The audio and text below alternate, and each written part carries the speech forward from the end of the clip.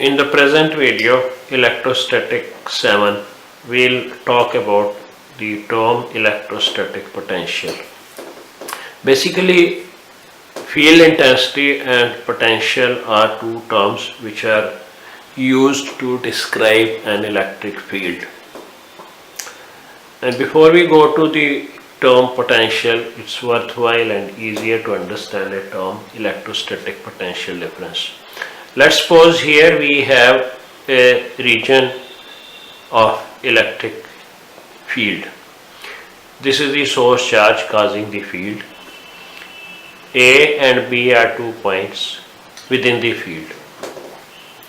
If we take a test charge, small positive test charge Q naught at A, and gradually move it to B, slowly move it to B so that it doesn't gain any kinetic energy.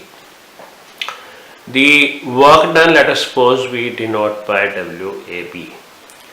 The work per unit small positive test charge is what is defined as the potential difference between the points B and A. So, by definition, electrostatic potential difference between 2 points is the work done to move a unit positive charge from one point to the other point. It's a scalar quantity because work and charge both are scalars. The SI unit of electrostatic potential is volt, which is joule per coulomb, and is defined as the potential difference between 2 points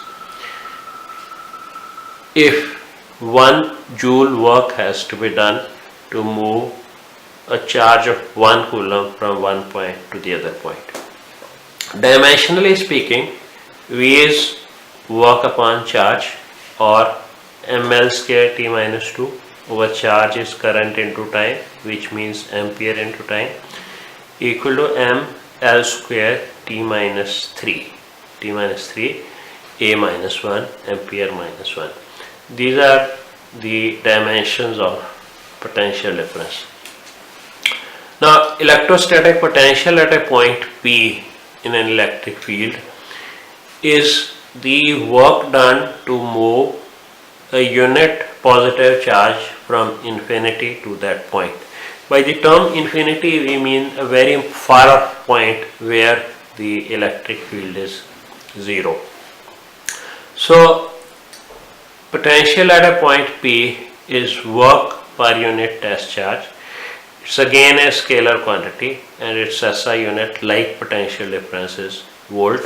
However, definition of volt, the unit of electrostatic potential, will be slightly differently worded as 1 volt is the potential at a point if 1 joule work has to be done to move 1 coulomb positive charge from infinity to point P. Now, let's obtain an expression for electrostatic potential due to a point charge. Let's consider a point charge Q at O and a point P at a distance R from O, where we want to obtain the expression for the potential. Let's take a charge at point A at a distance x from O, and B is another point very close to A. For convenience, we take O, P, B and A on same straight line. Now, if you keep a charge Q naught at A, it will experience a repulsive force due to source charge Q. That is, the force will be towards right. Force on Q naught due to Q equal to F equal to 1 over 4 pi epsilon naught Q naught over x square. If we move the charge from A to B, the work done WAB equal to F dot dx equal to F dx cos 180, because force is towards right and displacement is towards left. So you get cos 180 is minus 1, so you get small amount of work for small motion through dx dw equal to minus q naught over 4 pi epsilon naught x to the power minus 2 dx. From here, by integration, we can get work done to move q naught from infinity to point P as w is equal to integral dw infinity to r minus q naught over 4 pi epsilon naught constant terms out of the integral into x to the power integral of x to the power minus 2 dx. Now integrating, you get x to the power minus 1 over minus 1. This negative sign and this negative sign, these two negative signs can be dropped and you get 1 over x, limits from infinity to r. As 1 over infinity is 0, the final expression for the work done will be q naught over 4 pi epsilon naught r. Therefore, by definition, potential at P is work per unit small positive test charge. W over Q naught from this formula is 1 over 4 pi epsilon naught Q over R, which implies V is proportional to Q. So if you plot a graph between potential and the point charge, isolated point charge which with no other charge affecting the field or producing the field, we'll have the graph between V and Q as a straight line, and V is inversely proportional to R. If you recall the formula for electrostatic field intensity, there we have E proportional to 1 over R square. So if you represent the variation of electric field intensity due to point charge and potential due to point charge, these are the two graphs. This is white colored E versus R graph and the red colored V versus R graph. So as V is proportional to 1 over R and E to 1 over R square, the fall for V is slower than the fall for the electric field intensity. Let's now obtain expression for electrostatic potential due to an electric dipole. Recall that electrostatic potential is a scalar quantity.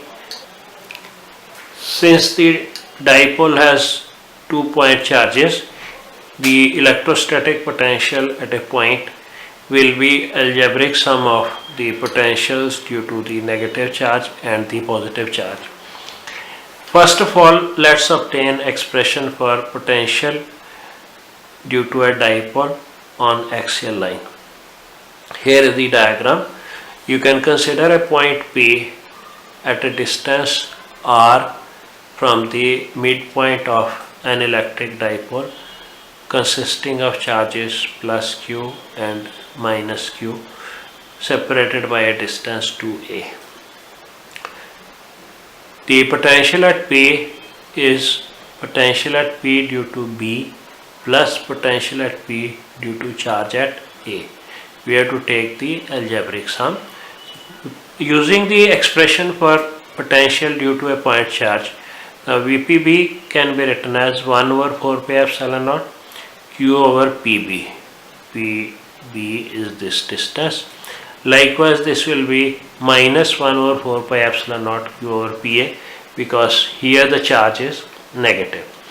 Taking out common factor and substituting for PV and PA, PB is OP minus OB.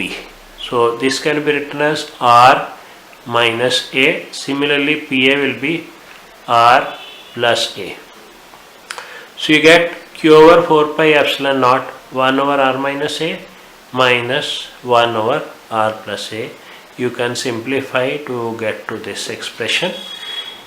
The numerator Q into 2A is electrical dipole moment P. So the potential at P is 1 over 4 pi epsilon naught P over R square minus A square at any point on the axial line of the dipole. Now A special case, if the dipole is short and P is far off, R will be very large as compared to A. So you can neglect A square and get this expression 1 over 4 pi epsilon naught P over R square. If we recall the expression for the field on the axial line of a short dipole, the field varies inversely as R cube due to a dipole, whereas here the potential varies inversely as 1 over R square due to a dipole of moment P. Moving on to the potential on an equatorial line, let's now consider a point P on equatorial line of the dipole minus Q plus Q separated by a distance 2a.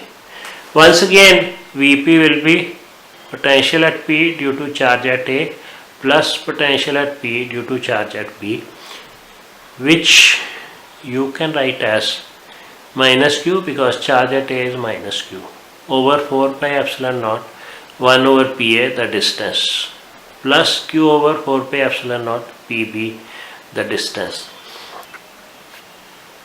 Since P is on equatorial line of the dipole, we will have Pa equal to Pb. So this expression will become 0.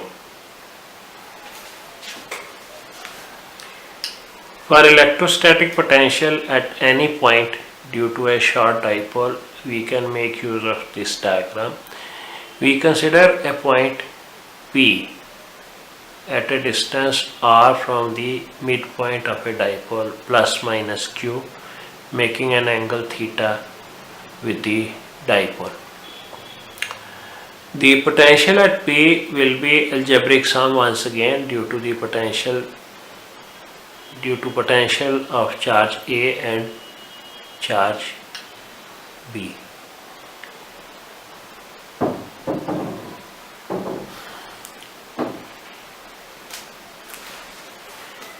The potential at any point due to a short dipole can be obtained by using this diagram. Here P is a point with position coordinates r theta with respect to a dipole plus minus Q 2a, as you can see in the diagram. At this point P, we have potential due to negative charge and potential due to positive charge. So net potential will be algebraic sum of the two potentials, that is Vp is equal to 1 over 4 pi epsilon naught minus Q over Pa plus Q over Pb. You can take this factor common, Q common, you get Q over 4 pi epsilon naught 1 over Pb minus 1 over Pa. Pb from the diagram is denoted by R2 and Pa by R1. And simplifying, you will get this expression R1 minus R2 over R1 R2. As the dipole is considered short or small, we will be using an approximation here. Pa1 is perpendicular to R1. So we can take Pb nearly equal to Pa1. So this AA1 is nearly R1 minus R2.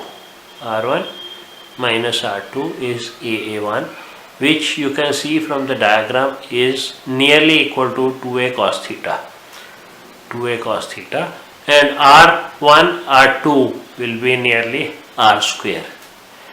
Using this approximation, we get V equal to Q into 2a cos theta over 4 pi epsilon naught R square, or Q into 2a is P cos theta over 4 pi epsilon naught R square.